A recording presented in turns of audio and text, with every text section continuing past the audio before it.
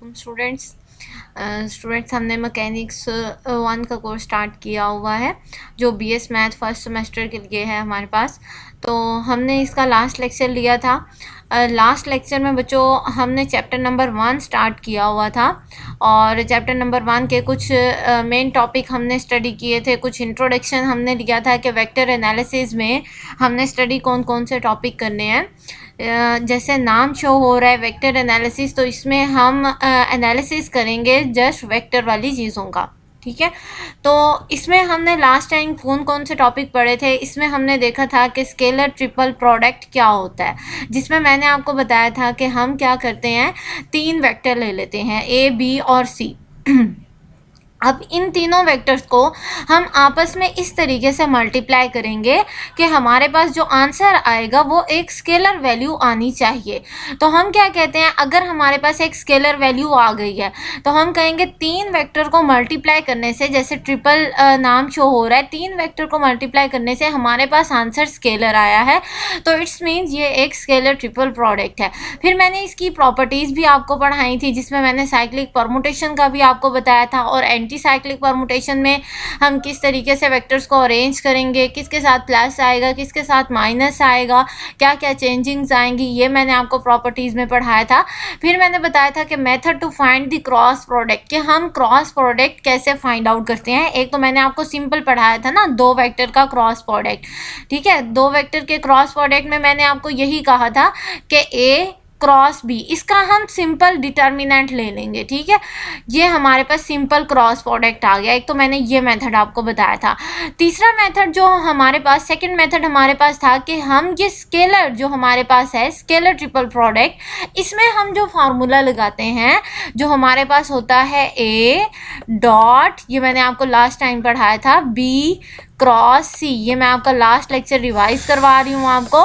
तो यहाँ पर हमारे पास 3 वेक्टर्स हो गए। तो जब हमारे पास 3 वेक्टर्स हो गए, हमने इसको कैसे कहा था, हमने कहा था बी क्रॉस सी जो है ये हमारे पास क्या होगा, ये ब्रैकेट के अंदर होगा। तो हम सबसे पहले इसे सॉल्व करेंगे। तो इसको हम सेम वैसे ही सॉल्व करेंगे जैसे हमने सिंपल 2 वेक्टर का क्रॉस प्रोडक्ट लिया था, वैसे ही हम इसे सॉल्व करेंगे। ठीक है, और फिर हमने कहा था कि हम क्रॉस प्रोडक्ट में क्या लेते हैं, डिटर्मिनेंट लेते हैं, ये वाला हम डिटर्मिनेंट लेते हैं। ठीक है, इसमें क्रॉस प्रोडक्ट में। तो उसके साथ साथ फिर हम उसका जो यहाँ से आपको आंसर मिलेगा इस वाली वैल्यू से, वो आप मल्टीप्लाई करोगे, डॉट प्रोडक्ट लोगे उसका ए के साथ, फिर आपको मिल जाएगी एक स्केलर वैल्यू, जिसकी मैंने आपको एग्जाम्पल्स भी करवाई थी। ठीक हो गया। उसके बाद हमने स्टडी किया था नेक्स्ट टॉपिक था हमारे पास vector triple product. Vector triple product में मैंने आपको क्या फॉर्मूला बताया था कि A cross B cross C, मतलब अब हमारे पास तीनों वेक्टर्स के दरमियान क्रॉस है, जिसका मतलब ये हुआ कि हमारे पास कोई स्केलर वैल्यू नहीं आ सकती, हमारे पास आंसर इसमें वेक्टर ही आएगा। तो इसकी भी हमने प्रॉपर्टीज़ को स्टडी किया था और मेथड हमने यूज़ किया था कि भाई कैसे हम ट्रिपल प्रोडक्ट को फाइंड आउट कर सकते हैं, जिसमें मैंने आपको बताया था कि जैसे आपने यहाँ पर किया है ए डॉट बी क्रॉस सी में बी क्रॉस सी फाइंड आउट किया, सेम वैसे ही आपने यहाँ पर बी क्रॉस सी फाइंड आउट करना है। लेकिन डिफरेंस क्या होगा, यहाँ पर जो बी क्रॉस सी का आंसर है उसका डॉट प्रोडक्ट है ए के साथ, लेकिन यहाँ पर बी क्रॉस सी का जो आंसर आएगा, मतलब कोई भी थर्ड वेक्टर आएगा, उसका होगा क्रॉस प्रोडक्ट ए के साथ। क्योंकि यहाँ पर क्रॉस प्रोडक्ट है तो आंसर आपको वेक्टर ही मिलेगा, यहाँ पर डॉट प्रोडक्ट है तो आंसर आपको स्केलर मिलेगा। ये रीजंस भी मैंने आपको बताई थी कि क्यों स्केलर ट्रिपल प्रोडक्ट को स्केलर ट्रिपल प्रोडक्ट कहा जाता है, क्यों वेक्टर ट्रिपल प्रोडक्ट को वेक्टर ट्रिपल प्रोडक्ट कहा जाता है। ठीक हो गया, ये हमने बच्चों लास्ट जो लेक्चर था ये रिवाइज कर लिया। अब हम अपने आज के लेक्चर की तरफ आते हैं। आज का जो हमारा लेक्चर है उसमें जो हम टॉपिक डिस्कस करेंगे वो होंगे line integral and the surface integral, के हम लाइन इंटीग्रल कैसे फाइंड आउट करते हैं और सरफेस इंटीग्रल को हम कैसे फाइंड आउट करते हैं। सबसे पहले तो बच्चों आपको ये पता होना चाहिए कि लाइन क्या होती है और सरफेस क्या होती है, पहले हमें ये पता होना चाहिए। अब लेट्स सपोज लाइन को हम कैसे डिफाइन करते हैं, कोई भी 2 पॉइंट्स जिन्हें आप आपस में जोड़ देते हैं। ठीक है, लेट्स सपोज एक ये पॉइंट है और एक ये वाला पॉइंट है, मैं इन दोनों पॉइंट्स को ज्वाइन कर देती हूँ। ये मैंने एक लाइन की मदद से इन्हें ज्वाइन कर दिया। ठीक हो गया बच्चों, इसे हम नाम दे देते हैं ए का और इसे मैं नाम दे देती हूँ बी का। 2 पॉइंट्स थे मेरे पास, मैंने उनको ज्वाइन कर दिया। अब आपको नज़र आ रहा होगा कि भाई ये एक लाइन बन गई है, ठीक है। पहले हमारे पास क्या था, डॉट था, मतलब 2 डॉट थे। अब यहाँ पर आपको नज़र आ रहा है कि भाई ये डॉट तो किसी भी जो हमारे पास डायमेंशन होता है उसमें एग्जिस्ट कर सकता है, या एक्स पे आ सकता है, या वाई पे आ सकता है, या जी पे आ सकता है, बट इसका खुद का कोई डायमेंशन नहीं है। तो हम क्या कहते हैं कि एक पॉइंट जो होता है हमारे पास, एक डॉट जो होता है वो 0 डायमेंशन होते हैं, उसका 0 डायमेंशन होता है, कोई डायमेंशन नहीं होता। लेकिन जब हम ये कहते हैं कि हमने 2 पॉइंट्स को आपस में मिला दिया है तो हमारे पास एक लाइन बनती है। अब लाइन जो होगी, यहाँ पर आपके पास 3 पॉसिबिलिटीज़ होती हैं। हम जब एक्सिस को डिस्कस करते हैं तो इस तरीके से करते हैं, ये हमारे पास एक्स है, ये हमारे पास वाई है, ये हमारे पास जी है। आप एक्स वाई जी को चेंज भी कर सकते हैं, ये 3 एक्सिस हो गए। अब ये जो लाइन है हमारे पास, ये एक्स में भी लाई कर सकती है, ये वाई में भी लाई कर सकती है, ये जी में भी लाई कर सकती है, लेकिन सेम टाइम पर इसका एक ही डायमेंशन होगा। मतलब या तो ये एक्स में लाई करेगी, या ये वाई में लाई करेगी, या ये जी में लाई करेगी, ठीक है। एट अ टाइम 2 में लाई नहीं कर सकती। इसीलिए हम कहते हैं कि एक जो लाइन होती है वो हमेशा 1 डायमेंशन होती है, मतलब उसका एक ही डायमेंशन होता है, या वो एक्स के अलॉन्ग होगी या वो वाई के अलॉन्ग होगी। मतलब क्या हुआ, या तो ये हॉरिजेंटल होगी या ये वर्टिकल होगी, थर्ड कोई पॉसिबिलिटी है ही नहीं हमारे पास। तो इसके हमेशा 2 डायमेंशंस होते हैं। 2 पॉइंट्स को, पॉइंट का हमारे पास 0 डायमेंशन होता है जैसे मैंने आपको यहाँ पर बताया, और 2 पॉइंट्स को जब हम आपस में मिलाते हैं तो हमारे पास एक लाइन बनती है। उस लाइन का डायमेंशन हमारे पास 1 डायमेंशन होता है। अब लाइन इंटीग्रल का क्या मतलब है कि हमने 1 डायमेंशन में इंटीग्रल लेना है। जो भी हमारे पास वैल्यू होगी वो 1 डायमेंशन में होगी, हम उसका इंटीग्रल लेंगे, मतलब इंटीग्रेशन लेंगे कि किस तरीके से हम सम अप कर सकते हैं। फॉर एग्जांपल, अब इंटीग्रल हम क्यों लेते हैं, अगर मेरे पास एक लाइन है, ठीक है, बहुत बड़ी लाइन है, तो बजाय इसके कि मैं इसका यहाँ से यहाँ तक इसको सबको एडअप करती जाऊँ, तो मैं क्या करूँगी, मैं इसके सेगमेंट बना लूँगी, 1 2 3 छोटे छोटे सेगमेंट्स बना लिए। ये भी अब लाइन है, मतलब छोटा सा हमारे पास लाइन सेगमेंट है, ठीक है। अगर टोटल लेंथ इसकी हमारे पास L है, तो ये जो छोटा सा सेगमेंट है इसे मैं नाम दे दूंगी DL का। DL का मतलब, D का मतलब डेरिवेटिव होता है ना, तो डेरिवेटिव क्या करता है, हमें छोटी चीज़ देता है। तो ये मेरे पास इस इतनी बड़ी वैल्यू में से ये एक छोटी सी वैल्यू आ गई हमारे पास। तो ये हो गया बच्चों हमारे पास DL, मतलब स्मॉल एलिमेंट हमारे पास, स्मॉल सेगमेंट क्या कहलाएगा, DL। तो बजाय इसके कि मैं इस पूरे सेगमेंट्स का अलग अलग इंटीग्रेशन फाइंड आउट करूं, हम क्या करते हैं, 1 से 2 का फाइंड आउट करके उसके ऊपर इंटीग्रेशन अप्लाई कर देते हैं, और वही जो 1 से 2 का आंसर होता है वही पूरे का आंसर आ जाता है। मतलब सबको हमने सम अप कर दिया, 1 2 का निकाल के सबको हमने सम अप कर दिया, 3 4 5, और फिर हम इस इंटीग्रेशन के ऊपर लिमिट लगा देते हैं कि भाई ये 1 से स्टार्ट हुआ था, लेट्स सपोज ये 1 से स्टार्ट हुआ था, और इसका जो लास्ट पॉइंट है ये 4 तक जा रहा है। तो हम क्या करेंगे, यहाँ से लिमिट लगा देंगे, भाई स्टार्टिंग लिमिट यहाँ पे आ जाएगी, 1 से 4 तक एंडिंग लिमिट यहाँ पे आ जाएगी। तो ये सारे सेगमेंट्स को अपने अंदर इंक्लूड कर लेगा, इसीलिए हम लेते हैं लाइन इंटीग्रल। नेक्स्ट है बच्चों हमारे पास सरफेस इंटीग्रल, जो आज हमने स्टडी करना है। सरफेस इंटीग्रल हमारे पास क्या होगा, पहले आपको समझना चाहिए कि हमारे पास सरफेस क्या होती है। सरफेस जैसे नॉर्मली आप देखते हैं कि कोई भी चीज़ हो, जैसे बुक है, उसकी ऊपर वाली जो आपको नज़र आ रही होती है उसे आप कहते हैं भाई ये सरफेस है। सरफेस हमारे पास कोई भी ऐसी चीज़ होती है जो 2 डायमेंशन होती है। लेट्स सपोज ये मैं यहाँ पर बना रही हूँ, एक सरफेस है कोई भी। अब यहाँ पर इस सरफेस को डिफाइन करने के लिए मुझे 2 चीज़ें चाहिए, एक तो मुझे x चाहिए, ठीक है, एक मुझे चाहिए कि भाई इसकी ये विड्थ कितनी है, ठीक है, जो अलोंग दी एक्स एक्सिस है, और दूसरा मुझे चाहिए इसकी लेंथ कितनी है जो अलोंग दी वाई एक्सिस है, ठीक है। अब थर्ड तो मुझे कोई डायमेंशन नहीं चाहिए। देखिए ये वाली साइड इसके इक्वल है, अगर मैं इसको बता देती हूँ तो ये साइड तो ऑटोमेटिकली हमने डिफाइन कर दी, और ये वाली जो साइड है ये इसके इक्वल है, और अगर मैं इसे डिफाइन कर देती हूँ तो ये वाली साइड तो मैंने खुद ही बता दी कि भाई ये दोनों इक्वल हैं। मुझे अलग से डिफाइन करने की ज़रूरत नहीं पड़ेगी। तो इसका मतलब एक सरफेस को डिफाइन करने के लिए हमें सिर्फ 2 डायमेंशन चाहिए, एक x चाहिए और दूसरा हमें y चाहिए। इसका मतलब है कोई भी ऐसी चीज़ जो 2 डायमेंशन रखती हो उसे हम सरफेस कहते हैं। और जब हम बात करते हैं किसी भी चीज़ के एरिया की, जिसे हम कैपिटल A से रिप्रेजेंट करते हैं, ये जो एरिया होता है ये भी हमेशा 2 डायमेंशन होता है। ठीक है, तो हम सरफेस इंटीग्रल में एग्जाम्पल एरिया की भी ले सकते हैं। तो ये हमारे पास हो गया कि एरिया हमारे पास हमेशा 2 डायमेंशन होता है और सरफेस हमारे पास हमेशा 2 डायमेंशन होती है। मतलब उसे डिफाइन करने के लिए हमें x और y चाहिए। लाइन इंटीग्रल का क्या मतलब है कि अगर हम 2 पॉइंट्स का क्या मतलब 0 डायमेंशन, 2 पॉइंट्स को ज्वाइन करें तो लाइन बनती है। लाइन हमारे पास 1 डायमेंशन होता है। 1 डायमेंशन में हम इंटीग्रल लेंगे so it's mean line integral. 2 dimension में इंटीग्रल लेंगे इट्स मीन सरफेस इंटीग्रल। और हाँ, अगर आप 3 डायमेंशन में इंटीग्रल लेते हैं तो वो होगा वॉल्यूम इंटीग्रल। ठीक है, वॉल्यूम इंटीग्रल अभी हम डिस्कस नहीं कर रहे, अगर लेकिन नॉलेज के लिए आपको बता रही हूँ, अगर हम 3 डायमेंशन में ले लें इंटीग्रल किसी भी चीज़ का, फॉर एग्जाम्पल एक क्यूब है, उसका हमने इंटीग्रेशन लेना है, उसकी वैल्यूज़ का इंटीग्रेशन लेना है। क्यूब हमेशा 3 डायमेंशंस का होता है, मतलब x और y और z भी वहाँ पर मौजूद होते हैं। हमें तीनों चाहिए होते हैं एक क्यूब को डिफाइन करने के लिए। तो उसका इंटीग्रल अगर मैं लूँ तो वो कहलाएगा वॉल्यूम इंटीग्रल। ठीक हो गया बच्चों। तो चलिए, ये मैंने आपको इंट्रोडक्शन दे दिया लाइन इंटीग्रल का और सरफेस इंटीग्रल का। अब हम अपना मेन टॉपिक स्टार्ट करते हैं, लाइन इंटीग्रल, और देखते हैं कि हमने इसकी डेरिवेशन कैसे लेनी है। Line integral, the integral along a line from the initial point to a final point is known as the line integral।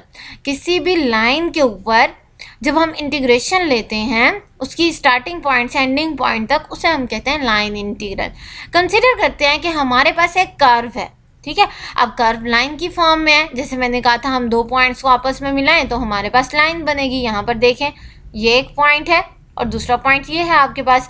2 points को मैं जैसे मर्जी ज्वाइन करूं, चाहे स्ट्रेट लाइन में ज्वाइन करूं चाहे कर्व्ड लाइन में ज्वाइन करूं, वो रहेगी लाइन ही। तो ये हमने लाइन को ज्वाइन कर, मतलब 2 पॉइंट्स को आपस में इस तरीके से ज्वाइन कर दिया। एरो मैंने अपवर्ड बनाया हुआ है, इसका मतलब है स्टार्टिंग पॉइंट ये वाला है आपका O है और एंडिंग पॉइंट आपका A है। अब इस लाइन के ऊपर मैंने क्या किया कि हमने क्या करना था, हमने इंटीग्रल फाइंड आउट करना था। मतलब यहाँ से यहाँ तक, O से A तक, इसके अंदर कितनी वैल्यूज़ आ रही हैं, हमने वो सारी वैल्यूज़ का आंसर निकालना है सम अप करके। ठीक है, इंटीग्रेशन करके। तो हमने क्या किया, इसके ऊपर मैं एक छोटा सा सेगमेंट ले लेती हूँ। जैसे अभी मैंने पीछे आपको समझाया कि भाई हम उसका सेगमेंट ले लेंगे, तो यहाँ पर मैं इसका एक सेगमेंट ले लेती हूँ। अगर मैं एक सेगमेंट के लिए रीडिंग ले लेती हूँ तो वो सारे सेगमेंट्स के लिए सेम होगी। तो हम क्या करेंगे, बस एक ही सेगमेंट की निकाल के उसके ऊपर इंटीग्रेशन अप्लाई कर देंगे, बजाय इसके कि हम अलग अलग करने बैठे और इससे हमारा टाइम भी वेस्ट होगा। ठीक है, टाइम कंज्यूमिंग प्रोसेस है ये। तो यहाँ पर हमने क्या किया, नेक्स्ट में देखें, ये एक कर्व मैंने आपको सिंपल बताई, इसमें मैंने आपको इनिशियल पोजीशन और फाइनल पोजीशन बताया। इनिशियल और फाइनल कैसे पता चला, एरो से पता चला कि भाई एरो ऊपर जा रहा है, इट्स मीन ये फाइनल पॉइंट है, ये एंडिंग पॉइंट है, ये आपका स्टार्टिंग पॉइंट है। यहाँ पर मैंने मेंशन भी किया है कि भाई O is the initial point and A is the final point. अब नेक्स्ट में हमने क्या किया, एक सेगमेंट्स ले लिया। सेगमेंट क्या क्या क्या मतलब है हमारे पास, सेगमेंट का मतलब है यहाँ पर कि हमारे पास एक छोटा सा कोई पार्ट है, मतलब एक बहुत बड़ी सरफेस है, एक बहुत बड़ी सरफेस है हमारे पास, या एक बहुत बड़ी लाइन है। अब इस लाइन में से अगर मैं इतना हिस्सा कट कर लूँ, इट्स मीन ये सेगमेंट है। इस सरफेस में से मैं इतना हिस्सा कट कर लूँ, इट्स मीन ये सेगमेंट है सरफेस का। ठीक है, और ये सेगमेंट किसका है, ये सेगमेंट है लाइन का। हमने यहाँ पर लाइन का सेगमेंट लिया हुआ है, इसलिए हम इसे लेंथ सेगमेंट बोल रहे हैं। तो लेंथ, टोटल लेंथ अगर मैं इसकी कहूँ कि टोटल लेंथ इसकी O से A तक L है, तो स्मॉल सेगमेंट के लिए हम क्या लिखेंगे, DL। ठीक है, D शो करता है डेरिवेटिव को, और DL का मतलब है स्मॉल पार्ट ऑफ लेंथ, इस लेंथ का स्मॉल पार्ट। OA, यहाँ से हमने एक सेगमेंट ले लिया, सेगमेंट DL है हमारे पास। अब यहाँ पर हमारे पास क्या होगा कि भाई लेंथ सेगमेंट जो हमारे पास है इसकी डायरेक्शन क्या होगी, नॉर्मली लेंथ की डायरेक्शन नहीं होती। लेंथ एक स्केलर वैल्यू है। यहाँ पर देखें ये टोटल लेंथ है, हर पॉइंट पर इसकी डायरेक्शन चेंज हो रही है। भाई पॉइंट इधर से इधर जा रहा है, इधर से इधर जा रहा है, इधर से इधर जा रहा है, तो टोटल लेंथ की कोई डायरेक्शन नहीं होती, ये एक स्केलर वैल्यू है। लेकिन जब हम बात करते हैं लेंथ एलिमेंट की, मतलब एक छोटे से पार्ट की, फिर हम उसकी डायरेक्शन बता सकते हैं। कैसे बताते हैं, हम पॉइंट के ऊपर टेंजेंट लगा लेते हैं।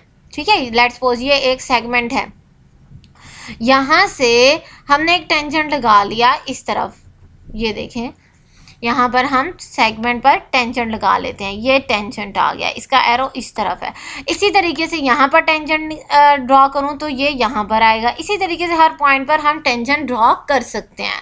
अब ये जो एरो है ये बैकवर्ड साइड पर नहीं आएगा बच्चों, क्यों, क्योंकि हम जो मूव कर रहे हैं वो ओ से ए की तरफ मूव कर रहे हैं, तो ये एरो ए की तरफ ही आना चाहिए। अब टेंजेंट क्या होता है, किसी भी एक पॉइंट से गुजरने वाली लाइन को हम टेंजेंट बोलते हैं। फॉर एग्जाम्पल यहाँ पर एक पॉइंट है, मैं यहाँ से एक एरो निकाल देती हूँ, ये ले भाई ये है एरो, तो ये एक पॉइंट से गुजरने वाली लाइन है, इसे हम टेंजेंट बोलेंगे।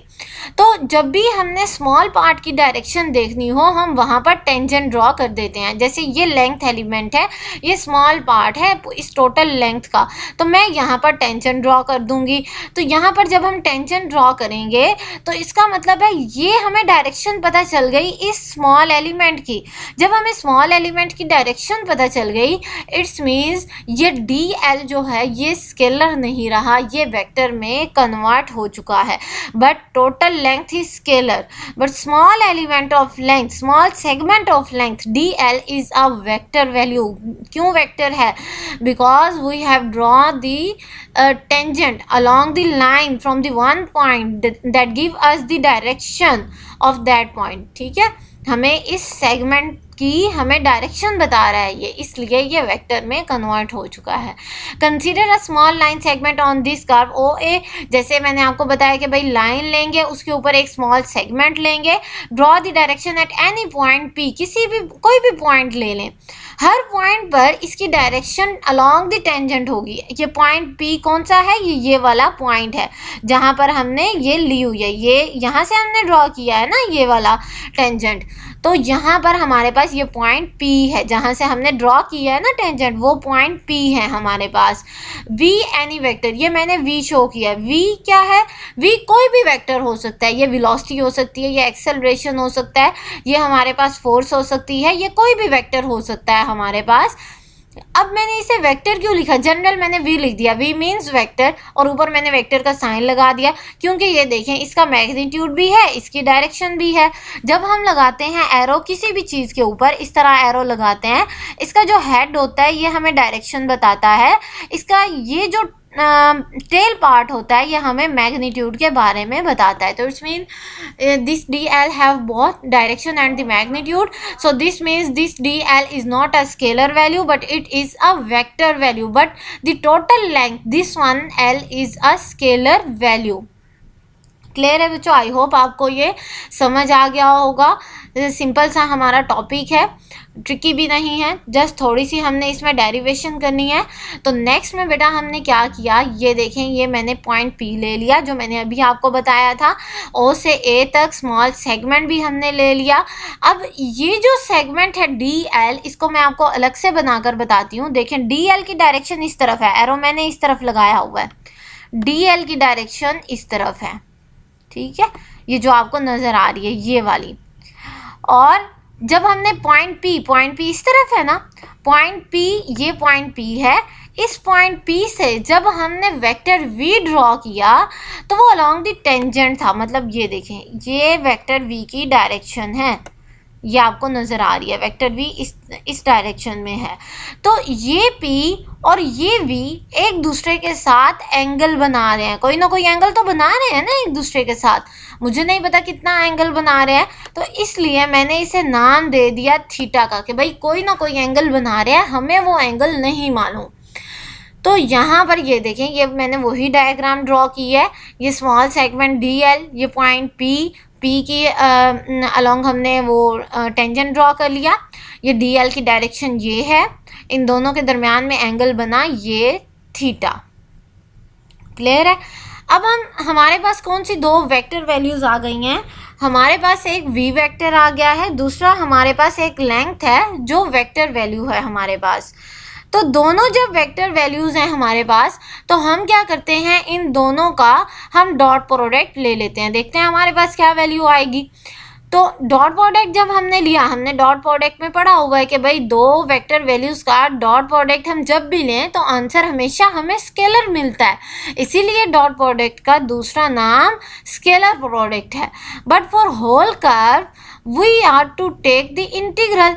अगर मैं यहाँ से सिर्फ डॉट प्रोडक्ट ले लेती हूँ, मतलब सिर्फ यहीं पे कैलकुलेशन ख़त्म कर देती हूँ अपनी, तो क्या होगा बच्चों, v dot D L. It's means v dot D L आपको किसी एक पॉइंट के बारे में बता रहा है कि ये v तो इस डायरेक्शन में था ना, ये सिर्फ पॉइंट p है और dl इतना है। इसका मतलब ये आपको टोटल लाइन में से सिर्फ इतनी वैल्यूज़ बता रहा है, इतनी वैल्यू बता रहा है टोटल लाइन में। जो हमारे पास लेट्स सपोज ये टोटल लेंथ जो है ये है 40 सेंटीमीटर, लेकिन 40 सेंटीमीटर हमें टोटल नहीं बता रहा। ये वाला जो डॉट प्रोडक्ट है ये हमें टोटल नहीं बता रहा, ये हमें सिर्फ इतना पार्ट बता रहा है v डॉट डी एल। तो इसका मतलब है हमें पूरा आंसर तो नहीं मिला। हम पूरा आंसर लेने के लिए क्या करेंगे बच्चों, हम इसका इंटीग्रेशन ले लेते हैं कि भाई जितना यहाँ पर होगा dl उतना ही यहाँ पर होगा, उतना ही नेक्स्ट में होगा, उतना ही नेक्स्ट में होगा और एंड तक वैसे ही ये चलता रहेगा। तो इसके लिए हमने क्या किया, हमने यही जो वैल्यू यहाँ पर आई थी उसका इंटीग्रेशन ले लिया और उसके ऊपर लिमिट अप्लाई कर दी कि भाई ये जो हम सेगमेंट्स ले रहे हैं ना, ये सिर्फ एक सेगमेंट नहीं है, बल्कि ये O से A तक हमने पूरी लाइन को इक्वल सेगमेंट्स में डिवाइड किया हुआ है। तो हम उसका सम ले लेते हैं तो हमें टोटल अगेन 40 वैल्यू मिल जाएगी। ठीक है, ये 40 तो मैंने आपको एज एन एग्जाम्पल समझाया है, ज़रूरी नहीं है यही वैल्यू, कोई भी वैल्यू हो सकती है हमारे पास। तो यहाँ पर हमारे पास क्या आएगा, line integral 0 to a integration आ गया हमारे पास v डॉट डी एल। मतलब ये जो v dot D L dot product था ना, हमने इसी का इंटीग्रल ले लिया। इंटीग्रल क्यों लिया, ताकि हमें पूरी लाइन की वैल्यू मिल जाए। जब हमने इसका इंटीग्रेशन ले लिया तो हमें इसके ऊपर लिमिट अप्लाई करनी पड़ेगी कि भाई 0 से a तक लिमिट है या O से A तक लिमिट है हमारे पास, ताकि पूरी जो वैल्यू है वो इसमें कवर हो जाए। अब O से A तक हमने लिमिट पुट कर दी v डॉट डी एल, तो इट्स मीन ये हमारे पास सारी जो वैल्यूज़ थी एक लाइन के अंदर, जितनी भी वैल्यूज़ थी वो इसमें कवर हो जाएंगी। तो नेक्स्ट में हमने क्या देखा कि भाई डॉट प्रोडक्ट को जब हम डॉट का साइन हटाते हैं तो ये जो वेक्टर वैल्यूज़ हैं ये मैग्नीट्यूड में कन्वर्ट हो जाती हैं, मतलब स्केलर में कन्वर्ट हो जाती हैं। तो हम क्या लगाते हैं साथ, v dot D L, v D L dot ख़त्म हो गया हमारे पास, ये भी स्केलर बन गई, ये भी स्केलर बन गई और साथ में हमारे पास आ जाएगा cos theta. This equation 2 gives the line integral of curve OA।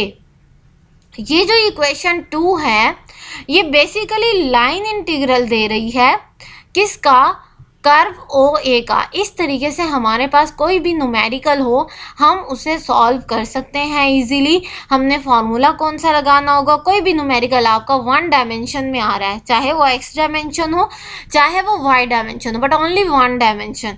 तो 1 डायमेंशन में आप क्या करोगे, हमेशा लाइन इंटीग्रल लोगे। लाइन इंटीग्रल के लिए कौन सा फार्मूला अप्लाई करोगे, ये फार्मूला अप्लाई करोगे जो हमने ड्राइव किया है, v D L cos theta. आपको एंगल पता होना चाहिए, आपको लेंथ एलिमेंट पता होना चाहिए, आपको v की वैल्यू पता होनी चाहिए। तो आप इजीली इसको इंटीग्रेट कर लोगे, आपके पास इस लाइन की वैल्यू आ जाएगी। तो ये बच्चों हमारा हो गया लाइन इंटीग्रल। अब हम देखते हैं, मैंने आपको सरफेस इंटीग्रल के बारे में इंट्रोडक्शन दे दिया कि सरफेस हमारे पास 2 डायमेंशंस होती हैं। 2 डायमेंशन हमारे पास कैसे होती है कि भाई उसमें x भी होता है y भी होता है। अब हम 2 डायमेंशन की तरफ जाएंगे। 1 डायमेंशन हमने देख लिया, 1 डायमेंशन की कुछ एग्जाम्पल्स देख लेते हैं हम। लाइन इंटीग्रल की कुछ एग्जाम्पल्स हमारे पास हैं, जैसे ये देखें f डॉट डी एल, मतलब ये कोई भी वेक्टर है, जो मैंने v लिखा हुआ था पीछे, any vector v D L length element, ये भी वेक्टर है हमारे पास।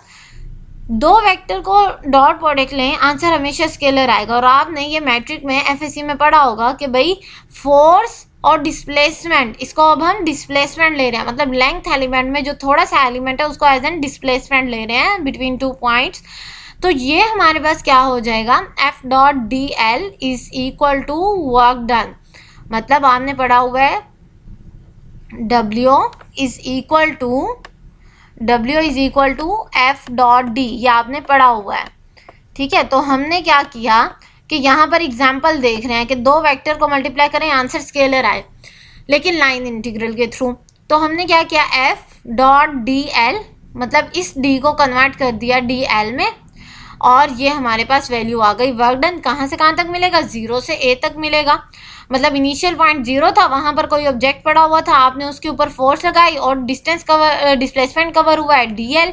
तो हमारे पास ये बन गया formula f dot D L integration 0 to a, और ये हमें देगा वर्क डन, ठीक है। और इसी तरीके से अगर हम ले लें इलेक्ट्रिक इंटेंसिटी को, E को वेक्टर वैल्यू है ये, मल्टीप्लाई करें हम लेंथ एलिमेंट के साथ, लेंथ सेगमेंट के साथ, तो हमें मिलता है पोटेंशियल 0 से a तक। वही लाइन जो हमने ली है उसमें 0 से a तक जो भी पोटेंशियल होगा किसी भी चीज़ का वो हमें मिल जाएगा अगर हम ये फार्मूला अप्लाई करें तब। अब यहाँ पर ये सारी चीज़ें हैं क्या, W वर्क डन है, E इलेक्ट्रिक इंटेंसिटी है, V पोटेंशियल है हमारे पास, DL लेंथ एलिमेंट है, और लेंथ सेगमेंट है, that shows the line integral. Line integral को यही शो कर रहा है कि भाई लेंथ हमेशा 1 डायमेंशन में होती है, so it's mean this one is the line integral. Surface integral को बच्चों देख लेते हैं हम। सरफेस इंटीग्रल बेसिकली 2 डायमेंशंस होता है। इसके लिए हम कंसीडर कर लेते हैं कि हमारे पास कोई भी एक बड़ी सरफेस है, जैसे ये मैंने बनाई हुई है ये वाली सरफेस, ये हमारे पास कोई भी एक सरफेस है। अब इस सरफेस के ऊपर मैं हर एक पॉइंट का अलग अलग अगर मैं फाइंड करने बैठूं इंटीग्रल, तो ये बहुत ज़्यादा टाइम लग जाएगा, ठीक है। पेपर में भी इतना टाइम नहीं होता। तो हमने क्या किया, जैसे हमने पूरी लाइन में से, कर्व में से हमने एक स्मॉल सेगमेंट कट कर लिया था, मतलब ये हमारे पास एक कर्व थी, हमने इसमें से क्या किया, एक स्मॉल सेगमेंट कट कर लिया, फिर इंटीग्रेशन ले लिया कि भाई वही वैल्यू सेम आएगी। सेम उसी तरीके से हम ये सरफेस इंटीग्रल को देख लेते हैं। भाई इतनी बड़ी सरफेस है, अब पूरी का तो हम नहीं कर सकते, हम एक सेगमेंट कट कर लेते हैं, उसी का इंटीग्रेशन ले लेंगे तो हमें होल सरफेस की वैल्यू मिल जाएगी। तो अब यहाँ पर हमारे पास क्या हो गया, the integral in 2 dimension known as the surface integral. 2 dimension में जो इंटीग्रल होता है उसे हम सरफेस इंटीग्रल बोलते हैं। कंसिडर अ लार्ज सरफेस, हमने ये लार्ज सरफेस ले ली, ठीक है। सरफेस के अंदर हमने एक स्मॉल सेगमेंट ले लिया, ये जैसे आपको डॉटेड में नजर आ रहा है, ये वाला सेगमेंट ले लिया, सरफेस सेगमेंट, ठीक है। अब इस सरफेस सेगमेंट के ऊपर हमने एरिया लिया। अब आप कोई भी बड़ी सरफेस ले लें, उसका एरिया हमेशा ए होता है, ठीक है, और वो एक स्केलर वैल्यू होती है। जैसे मैंने आपको टोटल लेंथ बताई, वो एक स्केलर वैल्यू है। लेकिन अगर आप उसी लेंथ में से थोड़ा सा पार्ट ले रहे थे, सेगमेंट ले रहे थे, वो वेक्टर में कन्वर्ट हो रहा था। सेम उसी तरीके से ये भी हमारे पास वेक्टर में कन्वर्ट हो रहा है। तो ये वेक्टर में कन्वर्ट हो रहा है, इसकी डायरेक्शन आउटवर्ड है। ये एनी वेक्टर है v, इसकी डायरेक्शन भी आउटवर्ड है। ये हमारे पास सरफेस एलिमेंट है, इसलिए मैंने इसे ds लिखा हुआ है। तो ये हमने सारे जो हमारे पास वेक्टर वैल्यूज़ थी उनकी हमने डायरेक्शन भी शो कर दी। ये कंसीडर डायरेक्शन है। अगर आपने एरिया एलिमेंट आउटवर्ड लिया हुआ है, मतलब अपर सरफेस से काटा है, तो इसे अपवर्ड ड्रॉ करें। अगर डाउनवर्ड सरफेस से काटा है तो इसे बॉटम से मतलब काटा है आपने, तो इसे डाउनवर्ड ड्रॉ करें। अगर आपने ये एरिया टोटल सरफेस में से लेफ़्ट साइड से कट किया है तो लेफ़्ट साइड पे इसको ड्रॉ करें। अगर इसको राइट साइड से कट किया है तो आप राइट साइड पर ड्रॉ करेंगे इसकी डायरेक्शन, मतलब DA की। लेकिन इस वेक्टर की डायरेक्शन ये कंसीडर्ड डायरेक्शन है, मतलब आप कुछ भी डायरेक्शन इसकी ले सकते हैं। ये हमारे पास DS है, ये मैंने सरफेस एलिमेंट शो किया हुआ है, मतलब टोटल सरफेस का स्मॉल सेगमेंट। अब यहाँ पर क्या है हमारे पास, ये टोटल एरिया सरफेस है हमारे पास 2 डायमेंशन, ये सारी चीज़ें मैंने यहाँ मेंशन की हुई हैं। अब ये जो वैल्यू है चेंज होगी पॉइंट टू पॉइंट, ठीक है, क्योंकि ये वेक्टर फील्ड में एग्जिस्ट कर रहा है। वेक्टर और स्केलर फील्ड भी मैं आपको पढ़ा चुकी हूँ। Consider the small surface element जो हमने ले लिया। अब ये सरफेस एलिमेंट जो मैंने ऊपर लिया था, यही सरफेस एलिमेंट मैंने यहाँ पर शो किया हुआ है, मतलब ये जूम करके यहाँ पर शो किया हुआ है DA। इन दोनों के दरमियान में एंगल बन रहा है थीटा, और ये है V। इसका मतलब यहाँ पर आपके पास 2 वेक्टर हैं, एक डी ए है और एक एनी वेक्टर वी, ये फोर्स भी हो सकता है, वेलोसिटी भी हो सकती है, कोई भी ये हमारे पास वैल्यू हो सकती है। तो अगेन हमने लाइन इंटीग्रल में क्या किया था, हमने डॉट प्रोडक्ट लिया था। सेम उसी तरीके से हम यहाँ पर भी डॉट प्रोडक्ट लेते हैं दो वेक्टर्स का, ठीक है। ये डॉट प्रोडक्ट ले लिया, लेकिन ये तो सिर्फ हमें सेगमेंट के बारे में बताएगा। टोटल सरफेस के लिए अब हम क्या करें, टोटल सरफेस के लिए हम इसका इंटीग्रेशन ले लेते हैं, ठीक है। इंटीग्रेशन के ऊपर लिमिट अप्लाई कर देते हैं कि भाई ये सरफेस की लिमिट है। अब सरफेस की लिमिट ऐसे तो नहीं हो सकती कि भाई 0 से 1, 0 से 2, 0 से 3, क्योंकि एक सरफेस है 2 डायमेंशन में है, आपको x की भी वैल्यू चाहिए, आपको y की भी वैल्यू चाहिए। इसी तरीके से हम लगा देते हैं s, मतलब हमें पता चल जाए ये VDA जो है ये हमने कट किया था एक सरफेस में से, और वही बहुत सारे VDA मतलब स्मॉल सेगमेंट्स हमने इकट्ठे कर लिए और हमने उसका इंटीग्रेशन ले लिया, तो हमें पूरी सरफेस की वैल्यू मिल जाएगी। तो अगर हमारे पास कोई भी न्यूमेरिकल आ जाए 2 डायमेंशंस में और उसमें आपने फाइंड आउट करना हो इंटीग्रेशन, तो आप हमेशा ये वाला फार्मूला लगाएंगे। अगर आप डॉट को ख़त्म करते हैं तो ये चीज़ें स्केलर में कन्वर्ट हो जाएंगी, आपके पास आ जाएगा VDA cos थीटा। ये वाला फार्मूला भी यूज़ कर सकते हैं। अगर आपको एंगल गिवन हो, मतलब दिया जाए एंगल, तो ये यूज़ करेंगे cos थीटा। अगर एंगल ना दिया गया हो तो आप ये वाला फार्मूला यूज़ नहीं करेंगे, बल्कि ये वाला फार्मूला यूज़ करेंगे। इसकी जो एग्जांपल है हमारे पास वो है V.NDA। एन हमारे पास यूनिट वेक्टर है, DA सरफेस एलिमेंट मतलब एरिया एलिमेंट है, V कोई भी वेक्टर है हमारे पास। जब हम इनको मल्टीप्लाई करते हैं तो हमें क्या मिलता है आपस में, इसका इंटीग्रेशन लेते हैं हम तो क्या मिलता है आपस में, तो ये हमें मिलता है फ्लूइड पासिंग पर सेकेंड परपेंडिकुलर टू DA, मतलब इसके एरिया के परपेंडिकुलरली जो भी फ्लूइड लिक्विड कोई भी चीज़ पास कर रही है, हवा है, पानी है, जो भी चीज़ पास कर रही है वो हमें इसकी वैल्यू बताएगा। ये वाला फार्मूला हमें उसी की वैल्यू बताएगा। तो ये बच्चों आज का टॉपिक था हमारा लाइन इंटीग्रल और सरफेस इंटीग्रल। आई होप आपको समझ आया होगा। अगर कोई भी पॉइंट ऐसा हो जो आपको समझ ना आया हो तो काइंडली मुझसे लाजमी डिस्कस कीजिएगा। Thank you so much. अल्लाह हाफिज़।